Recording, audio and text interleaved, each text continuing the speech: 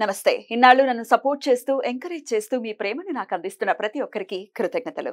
అలాగే ఈ వీడియో కూడా ఖచ్చితంగా మీకు ఉపయోగపడుతుంది. లైక్, షేర్ అండ్ సబ్స్క్రైబ్ చేసి మీ సపోర్ట్‌ని నాకు అందించండి. అలాగే ఈ వీడియో పట్ల మీకున్న అభిప్రాయాన్ని కామెంట్ సెక్షన్‌లో కామెంట్ చేసి తెలియజేయండి. ఇప్పుడు వీడియోని చూద్దాం. జీవితంలో రకరకాల సమస్యలతో బాధపడుతున్నారా? ముఖ్యంగా ఆర్థిక సమస్యలతో సతమతమవుతున్నారా? ఎన్నో పరిహారాలు చేసి అలసిపోయారా? మంచి మార్గం దొరకాలని కోరుకుంటున్నారా? అయితే రండి, విశ్వాన్ని ఎలా అడగాలో తెలుసుకుందాం. లా ఆఫ్ అట్రాక్షన్ క్లాసెస్ మీకోసం మన ఛానల్లో. వివరాల కొరకు సంప్రదించండి. నమస్తే, వెల్కమ్ టు అవర్ ఛానల్. నేను పద్మిని. ప్రస్తుతంతో పాటు Vedic astrologer and tarot card reader Avinash Das గారు మనతో పాటు ఉన్నారు. మాట్లాడదాం. అవినాష్ గారు నమస్తే అండి. నమస్కారం అండి. ఓం నమ శివాయ. ఓం నమో వెంకటేశాయ. అవినాష్ గారు, భాద్రపద మాస పౌర్ణిమ వచ్చేస్తోంది.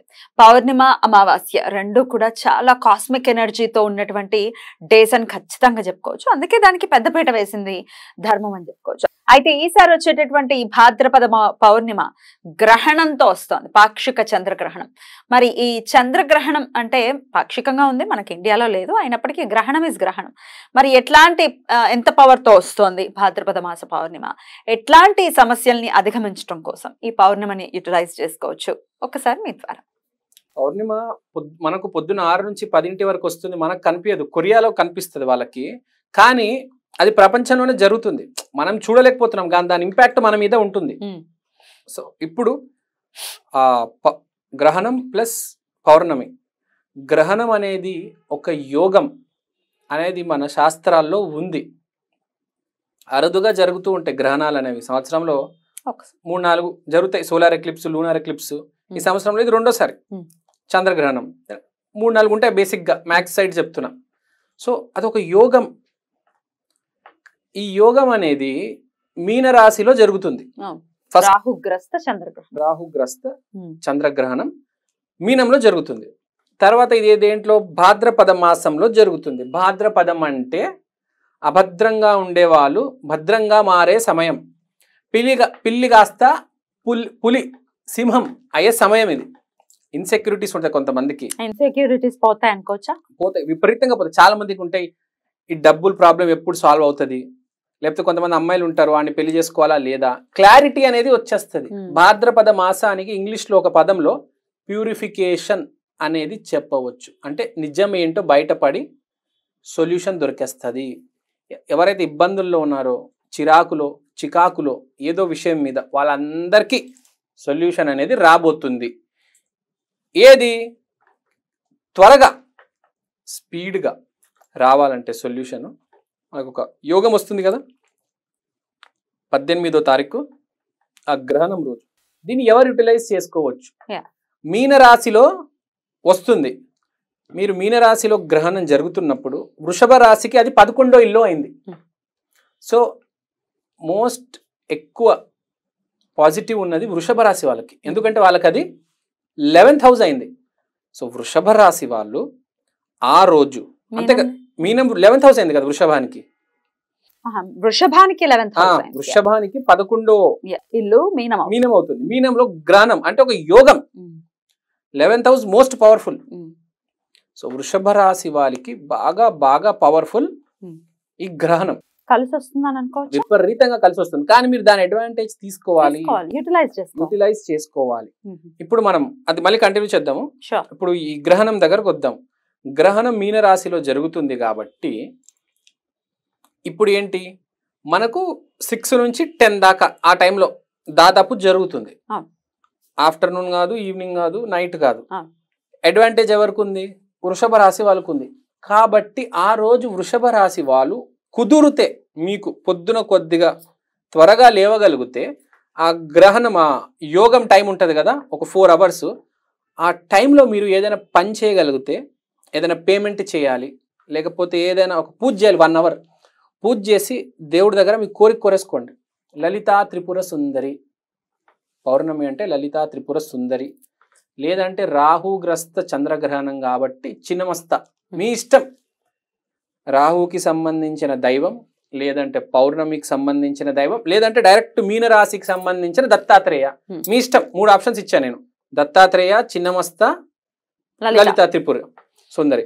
మీకు ఎవరి మీద అయితే గట్టిగా నమ్మకం ఉందో అమ్మ లేకపోతే అమ్మవారు లేకపోతే అయ్యవారు నా పని చేసి పెడతారు అని ఆ 4 hours లో కనీసం ఒక 10 నిమిషాలైనా మినిమం ఒక్క 10 నిమిషాలు అట్లీస్ట్ ఒక మనిషికి ఒక ఇంగిత జ్ఞానం ఉండాలి. ఏంటంటే ఈ భూమి మండలం మొత్తము ఒకటి చేతిలో పరిపాలన అనేది జరుగుతుంది. అతని పేరు దేవుడు. దేవుడు అనేది ఉన్నాడు అని నమ్మితే ఆ రోజు యోగం ఉంది కాబట్టి వృషభ రాశి వాళ్ళకి, వృషభ రాశి వాళ్ళు కొంచెం ఒక 10 నిమిషాలు ఆ దేవుణ్ణి నాకు ఇది కావాలి లేకపోతే నా ఈ ప్రాబ్లం సాల్వ్ చేయమని అడగండి. చాలా మంచిది, చాలా అద్భుతంగా ఉంటుంది. తర్వాత సింహరాశి వాళ్ళకి 8వ ఇల్లు పడుతుంది ఇది. సో సింహరాశి వాళ్ళు కూడా 8వ ఇల్లు అంటే కొంచెం జాగ్రత్త, కష్టస్థానం. కొంచెం సింహరాశి వాళ్ళు కూడా ఒకడికి ఫుల్ పాజిటివ్ వృషభ రాశి, సింహరాశి కొంచెం నెగిటివ్. సో సింహరాశి వాళ్ళు కూడా దాన్ని ఏం చేసుకుంటారంటే యూటిలైజ్ చేసుకోండి. ఎట్లా? మీకు 8వ ఇంట్లో ఉంది కాబట్టి మీకు కూడా ఏదైనా కోరిక ఉంటే, ఏదైనా ప్రాబ్లం ఉంటే మీరు దాన్ని యూజ్ చేసుకోవచ్చు.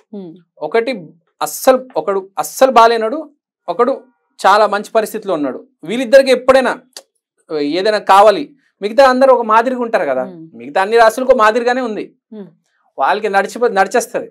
ఈ 2 రాశులు సింహరాశి వృషభ రాశి వీళ్ళు మాత్రం కొంచెం ఒక అడుగు తీసుకొని కొంచెం ముందుకెళ్ళి నా చిన్న రిక్వెస్ట్ ఏంటంటే ఒక 10 నిమిషాలు. ఎందుకంటే చంద్రగ్రహణం మళ్ళీ రాదు. ప్రతి నెల అమావాస్య వస్తుంది, పౌర్ణమి వస్తుంది, కానీ చంద్రగ్రహణం రాదు కదా. సో దీన్ని యూజ్ చేయండి.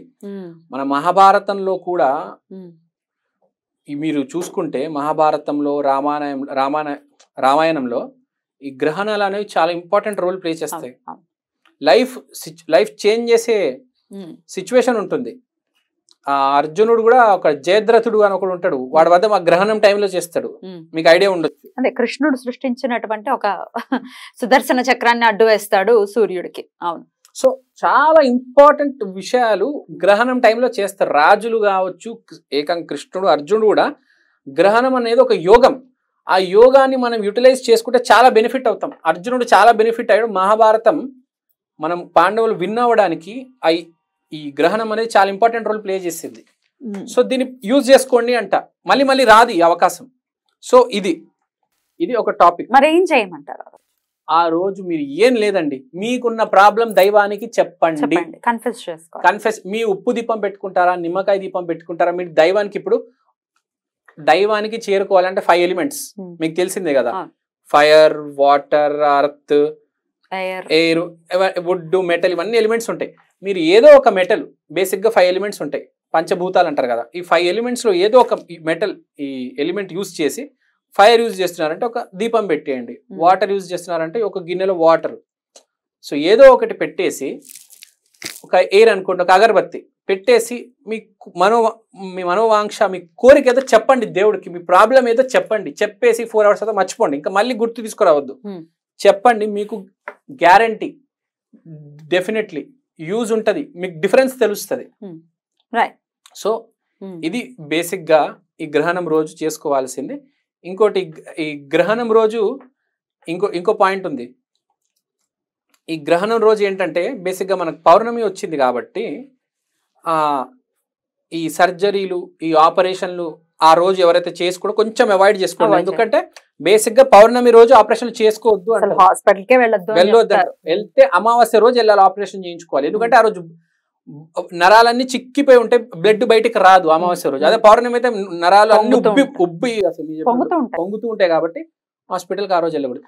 ఇది గ్రహణం ప్లస్ పౌర్ణమి కాబట్టి సర్జరీలు పెట్టుకోవద్దు. అసలు పౌర్ణమి రోజు వెళ్ళకుండా ఉండటమే బెటర్. మళ్ళీ తిరిగి రాని పరిస్థితులు చాలా మందికి ఉన్నాయి, చాలా మందికి ఆ పర్సనల్ ఎక్స్పీరియన్స్ ఉన్నాయి. పౌర్ణమి రోజు అవాయిడ్ చేయడమే బెటర్. హాస్పిటల్ విజిట్, అదే హాస్పిటల్ కి సర్జరీలు మాత్రం చెయ్యి మీద ఇంజెక్షన్ కూడా పడకపోతే బెటర్. రైట్. కత్తులు, బ్లేడులు, ఇంజెక్షన్లు, టాబ్లెట్లు కూడా దూరం ఉండండి. నేను చెప్తా, జాగ్రత్తగా ఉండండి. ఎమర్జెన్సీ సిచ్యువేషన్ ఉంటే తప్ప చేసుకోవద్దు. ఇంకోటి, పొద్దున 6 నుంచి 10 వరకు ఎవరు బేసిక్ గా వెళ్ళరు. సో ఎమర్జెన్సీ అయితే దాన్ని అవాయిడ్ చేయకూడదు అంతే కదా. మనకి ఎమర్జెన్సీ ఏమంటే మేము పౌర్ణమి అంటే అతిథులు చూస్తూ కూర్చోకూడదు, వెళ్ళాలి. బట్ దెన్ ఒకవేళ చిన్న వాటికి వెళ్ళొద్దు, అవాయిడ్ చేయండి. రైట్ అండి. సో బేసికలీ ఇది మన పౌర్ణమి ప్లస్ ఇక మిగతా వాళ్ళు మిగిలిన రాశుల వాళ్ళు యథావిధిగా తమ తమ ఆరాధనలు ఎలాగో పౌర్ణమి నాడు చేసుకోవటం అనేది అందరూ ఆరాధన చేసుకోండి అంతే అని చెప్తున్నారు. రైట్ అవినాష్ గారు, thank you so very much. నమస్తే.